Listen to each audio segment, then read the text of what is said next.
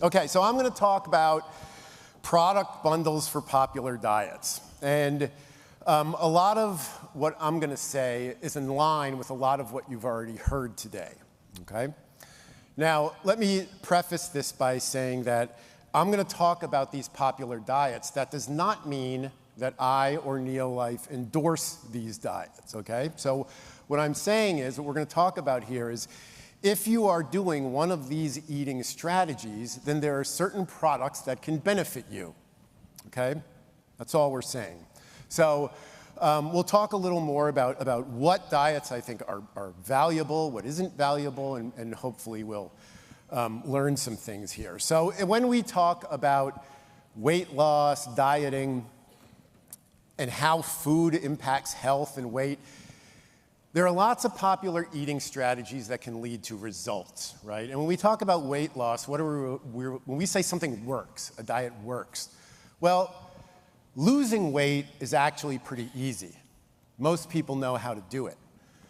Where they fail is keeping it off, right? That's really the difficult part. So if you want to really lose weight, just don't eat, you'll lose weight. That's not that difficult, right? But that's not really a sustainable strategy, right? So we need to have a sustainable strategy that you can do basically forever if you want to have permanent change in body composition. Permanent changes in body composition or permanent changes in weight require permanent changes in behavior, okay? Every eating strategy has pros and cons, and we'll point out what some of those are. The thing to remember is that the more restrictive your eating strategy, the greater the risk of some nutritional deficiency. And the more restrictive your eating strategy, the less likely you are to do it long term, okay? Most popular eating strategies will create some type of nutritional gap that should be filled, okay? And even sensible, reasonable eating strategies still create these things. I mean, we know that people today, lots of people are walking around with no eating strategy whatsoever that are deficient in a lot of things, right? And those can be people who are overweight.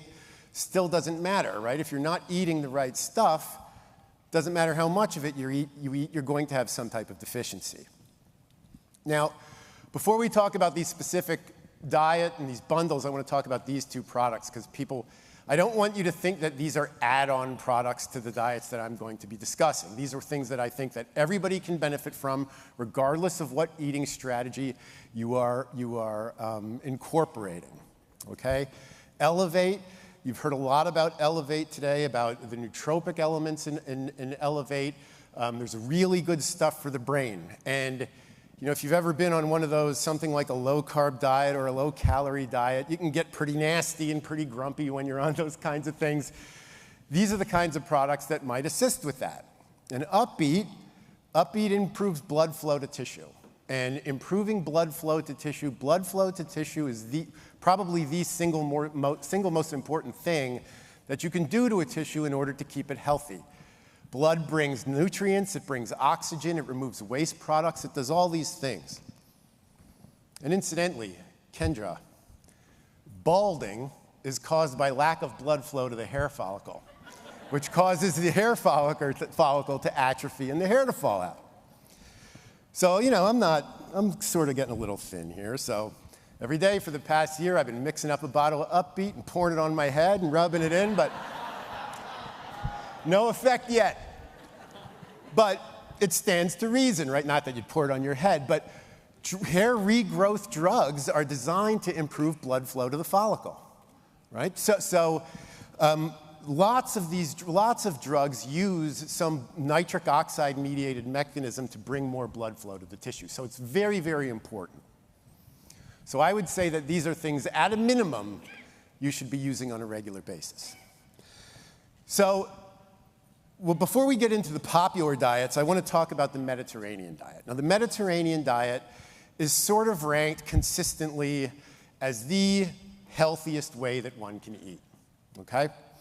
And the Mediterranean diet, as you can see here, focuses on quality rather than a single nutrient or food group. So if you're like on a ketogenic diet, for example, you're going to eliminate all carbohydrate from the diet. And remember what I said about restriction. The more restrictive the eating plan, the less likely you are to stick to it long term. The Mediterranean diet is not restrictive. It doesn't say you can't eat this, you can't eat that, right? It's a variety.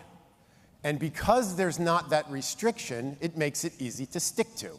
And remember, I said any diet will help you lose weight as long as you stay in a calorie deficit.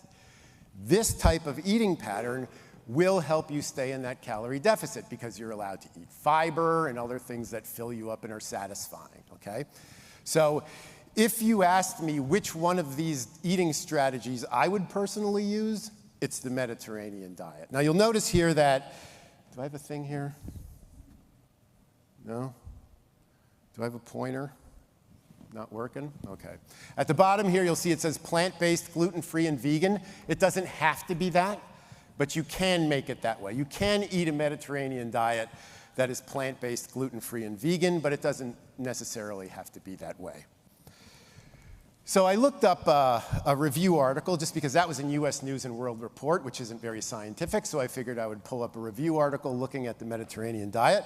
Better conformity with the traditional Mediterranean diet is associated with better cardiovascular health outcomes, including clinically meaningful reductions in stroke, heart disease, coronary problems. So what that means is the more you eat this way, the Mediterranean way, the less likely you are to experience any of these cardiovascular problems. This is a review article from 2019. So consistently, the Mediterranean diet has been shown to be the healthiest way to eat, all right? And that would be what we would endorse, or what I would endorse. Okay, and this is sort of what that looks like. And you can remember from Liz's talk, she was talking about the importance of grains and fiber and fruits and vegetables, good fats. All those things are at the base, are basically at the foundation. But you'll notice that towards the top of the pyramid, you see things like eggs, cheese, poultry, yogurt, daily to weekly, and then small amounts of red meat. So animal products are absolutely included in the Mediterranean diet on a regular basis. Okay? So these are the eating strategies that we're going to talk about today. We're going to talk about vegan and vegetarianism, ketogenic or low-carb diets. We'll talk about intermittent fasting, and finally we'll talk about paleo or carnivore, those type of meat-based diets. Okay, so first let's talk about vegan and vegetarian. Now remember, as we go through this, remember what I said in the beginning. Ask yourself, how restrictive is this way to eat? Is a vegan diet restrictive? Yeah, it's very restrictive, right? Because you're saying you can't eat anything that has an animal product in it. That eliminates a lot of foods that you can eat. Now, if you talk to most vegans, my daughters are both vegan. If you talk to vegans, they'll say, well, there's lots of things I can eat. Yeah, that's true. But there's not nearly as many things you can eat as if you weren't vegan, right? So you have to realize and accept the fact that a vegan diet is a very restrictive way to eat, and you are likely to have nutritional gaps because of it, okay? Now, that doesn't mean that it's a bad way to eat. If everybody in the United States took up a vegan diet, the population would become much, much more healthy, right? But that doesn't mean that on the individual level, there aren't certain things that are missing, okay? A vegan diet, potentially, you have low protein intake, right? If you are only eating protein from or from plant sources, that is potentially going to be a problem for you, okay? The protein is of low biological quality. You know, the only complete plant-based protein is soy. So if you're eating other types of plant-based protein, you're not getting all the amino acids that are necessary to make that a complete protein, okay? Low energy intake due to low calorie intake, micronutrient deficiencies just due to a limited variety of what you eat. So what products would be helpful for this? And again, when I put these bundles up here, don't think that you need to be taking everything on here. These are just products that will help with this eating style, okay? Vegan protein, that should be obvious, right? If you're a vegan and we're talking about the importance of protein, eat the vegan protein, right? Okay. This is a biologically complete protein, meaning it has all the amino acids in it. So this is a very good product to be taken if you're a vegan. Vegan D, vitamin D. We've talked about vitamin D. You've heard that quite a bit, right?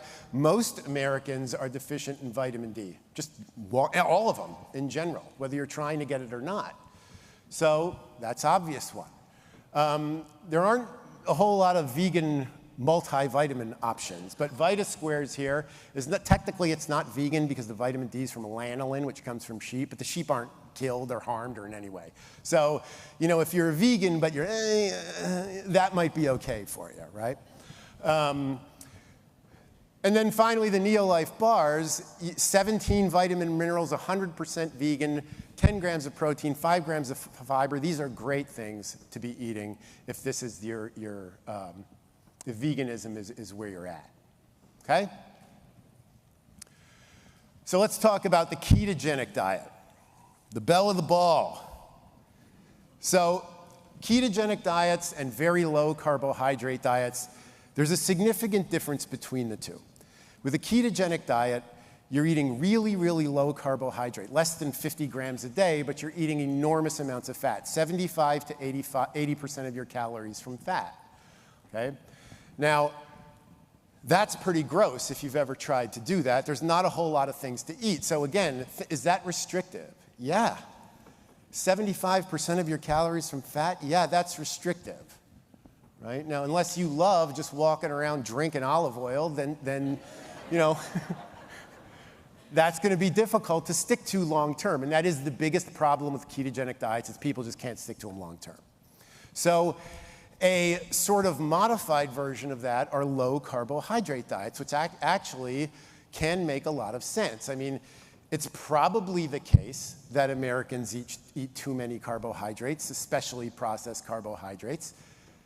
But it's also the case that we eat too much fat, we eat too much food, okay?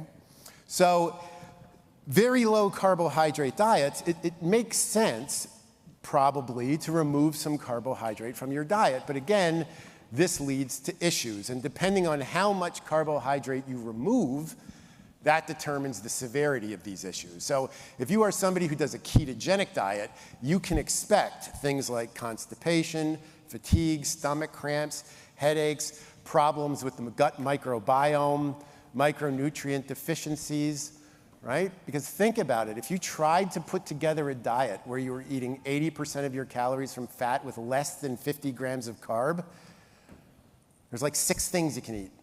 Right? It's very difficult to do. It's very difficult to do because not only that, you can't go over 10 to 15% of your calories from protein because then you'll start converting that protein into carbohydrate and it kicks you out of ketosis. So you can't even eat a lot of protein on a ketogenic diet. So it's extremely limiting. So there's so many products that would help this that I didn't put descriptions under them because I wouldn't have fit it on the page. But I'll break this up into a couple different slides here. So probably the first thing, fiber, right? Liz talked about the importance of fiber. And where does fiber come from? It comes from plants. And what are plants? Plants are carbohydrates.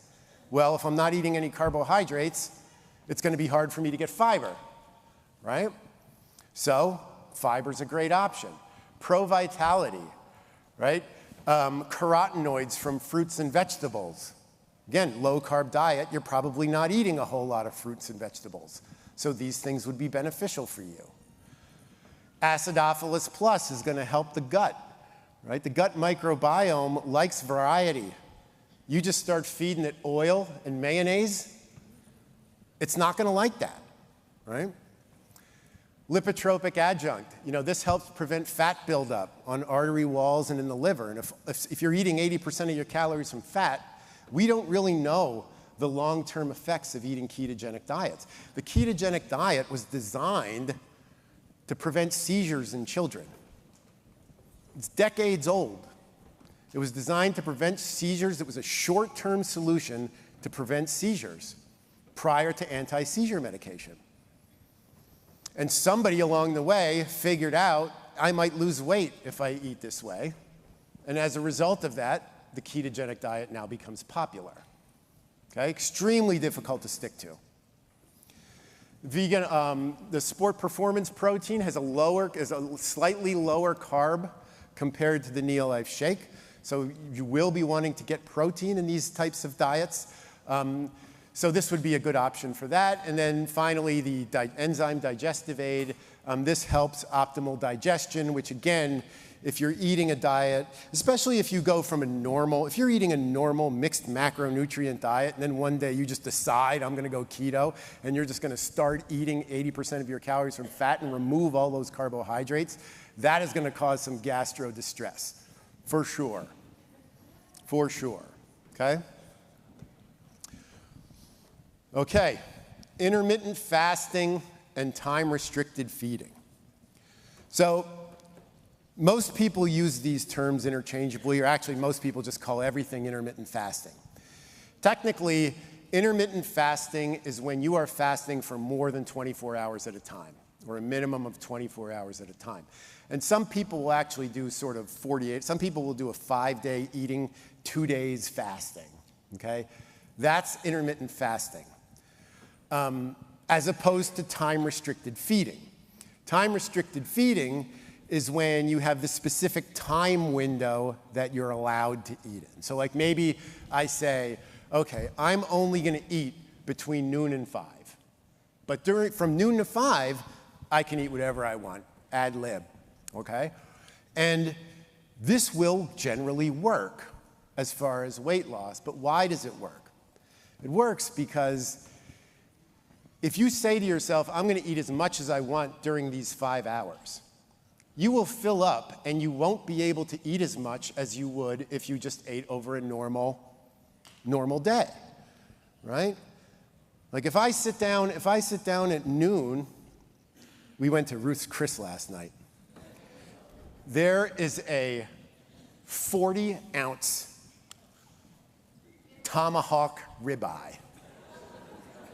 I wanted to get this thing so bad, but I probably would have got a phone call, spending too much money. But the thing was 3,200 calories. It was written on there, 3,200 calories, right? So let's say I'm doing intermittent fasting, and I go down for lunch at Ruth's Chris and I eat a 3,200 calorie ribeye. I'm probably not eating anything for the rest of those 5 hours, right? I'm probably not going to be hungry at 5 o'clock when my window's open. So in that situation, well, that's not really a great example because it's 3,200 calories, but let's say it was 1,500. The New York strip was 1,500, which is what I did get. So if you eat 1,500 calories, maybe in that other 5-hour period, I'm only gonna eat 200 more. So now you're at 1,700. That's fewer calories than you would eat if you just woke up at 8 o'clock and ate normally throughout the day. Now, the thing to remember is if you take that same 1,700 calories that you ate in 5 hours and spread it out over 20 hours, the weight loss is exactly the same. Okay, so the only benefit of time-restricted feeding is you eat less. That's it. Now, there is some evidence that it can help with glucose control and things like that in diabetics, but that's beyond the scope of this. But there are problems that potentially can be associated with this, particularly if you're doing the fasting and not the time-restricted feeding. So, let's take the steak example. If I only have that 5 hours and I go and I eat a 16-ounce New York strip that might have 60 or 70 grams of protein in it, that's great, but that's still not meeting my protein goal for the day, okay? And as Liz said, protein goals are individualized. So you need to understand that if you are on these types of diets, if you are on time-restricted feeding diet and your daily protein need comes out to 160, but you're only getting 80, that's gonna be a problem. And if you're doing fasting, where you have a 24-hour period, remember when Liz said that muscle is always being generated? That's true. It's also always being broken down. And your muscle, your net muscle, how much muscle you have is sort of the net result of those two. We want the production of muscle to be greater than the breakdown, right? With this intermittent fasting, if you're going 24 hours, you're waking up catabolic because you haven't eaten all night. You're waking up in a catabolic state, your muscles are breaking down, and now you're not gonna feed them for 24 hours? Doesn't make sense. Your muscles are made of protein. They are literally made of protein. If you don't provide that protein through the diet, where does your muscle get that protein from? It gets it from itself. If you are not feeding yourself protein, your muscles are going to start, your legs are going to say, I need amino acids. Let's break down the upper body and send the amino acids down there. And that happens all over the body. And what happens? Your muscle starts to shrink. You start to atrophy and go away because you're not giving more amino acids through the diet. So with time-restricted feeding, obviously, we're going to have the protein, right? This is important. And the important thing about this is you're getting 18 grams of protein in the shake in only 140 calories, right? So it may be easy to slam a bunch of these things and get a bunch of protein without really getting a huge caloric load, right? Glucose balance, this helps to support glucose levels and keep them stable in the body, which aren't going to be stable if you're only allowing yourself to eat 4 hours out of the day, right? You're going to get this spike, this insulin spike, that's going to cause this spike in glucose, that's then going to go away, okay? And then finally, pro-vitality will help you get all those things that you're probably not going to be eating during that 5-hour window. Because think about this, if you're in a time-restricted feeding type of eating pattern, and during that 5 hours you decide you're going to eat a whole bunch of fruit and vegetables, that may not be the smartest thing to do, right? Because what is that fruit, those cruciferous types of foods with all that fiber, they're going to fill you up. And if those things fill you up and now you don't feel like eating chicken or protein or one of those other things, now you got a lot of fiber, but you didn't get a very big calorie load, you didn't get a high protein load, you're going to end up being hungry, you're going to end up being catabolic because your muscles aren't going to be fed, okay? So, you know, we want to eat fruits and vegetables, but in this situation, that's going to hamper us because we won't be able to eat these things that are high, you know, that have these high protein content. Protein is very satisfying, it fills you up. So after you eat a bunch of fruits and vegetables, the last thing you're going to want to do is go and eat a steak, okay? So pro-vitality takes care of that. You know, you're getting those carotenoids and you're getting all the good stuff that's in those plants and those fruits and vegetables just by taking those supplements. Okay, the last one we'll talk about is Paleo or Primal or Carnivore or some derivation of that. And these things are largely based, the logic is that if you eat like Paleolithic people did, I don't know who came up with this, by the way, but if you eat like Paleolithic people did, then that's good because you're not eating anything processed. And the idea is that these people were eating foods before industrialized farming and all this other whatever. So there's problems that go along with this, right? And the other thing is, you know, these people had a lifespan. They lived to the ripe old age of like 30. So, you know, I don't know why, you know, how people are worried about chronic disease eating a paleo diet when nobody died from chronic diseases. And you know, back then, you were dead by the time you were 30. So anyway, so if you are going to eat a diet that consists primarily of meat, then obviously that's going to have micronutrient deficiencies that go along with that, right? You're going to have energy availability problems. The body, as a fuel source, loves to burn carbohydrate and it loves to burn fat. It likes to burn carb more than fat, but protein is not a fuel source for muscle. It's not supposed to be, okay? Some organs use protein for energy. The gut uses organ, the liver uses protein, amino acids for energy, but the muscles don't. And it shouldn't be used for energy. So if you're only eating meat, you're giving yourself fat for fuel, which is good, but the brain can't burn fat. The brain can only burn carb.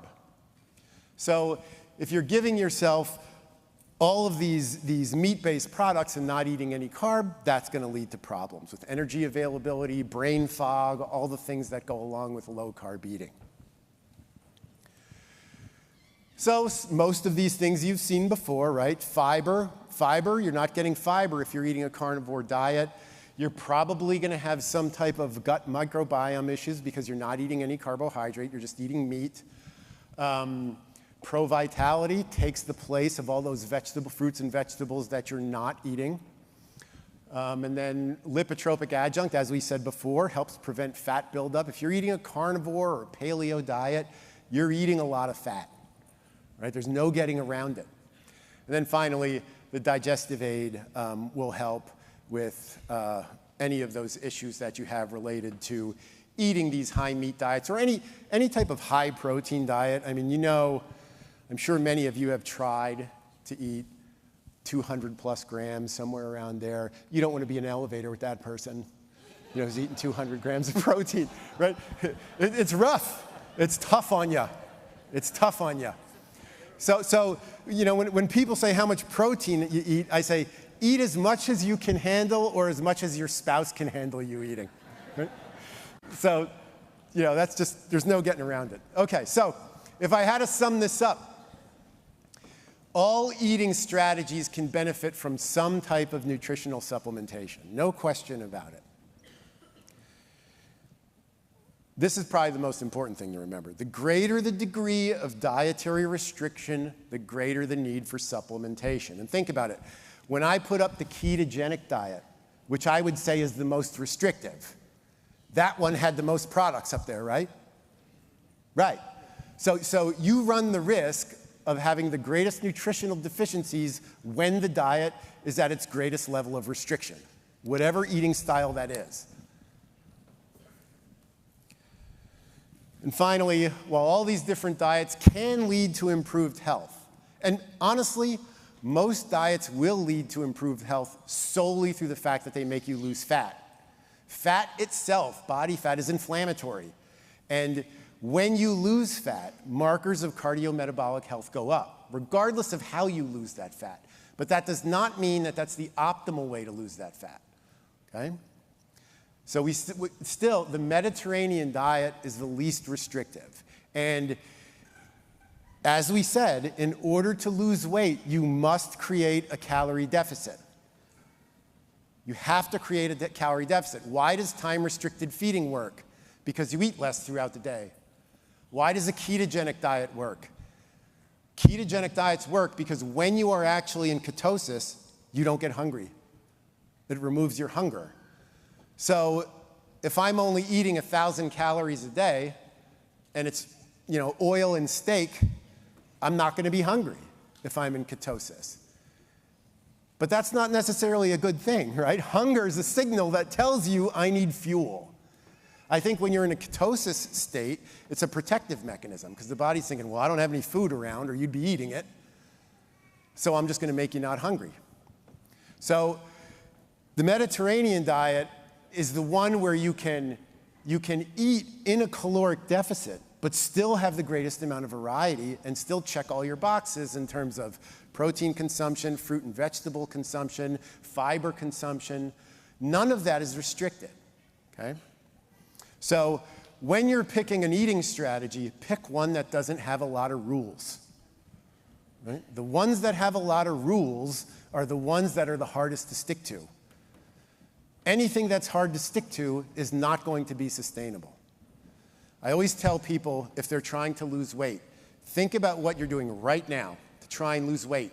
If you can't picture yourself doing this for the rest of your life, quit and do something else, because you won't be successful.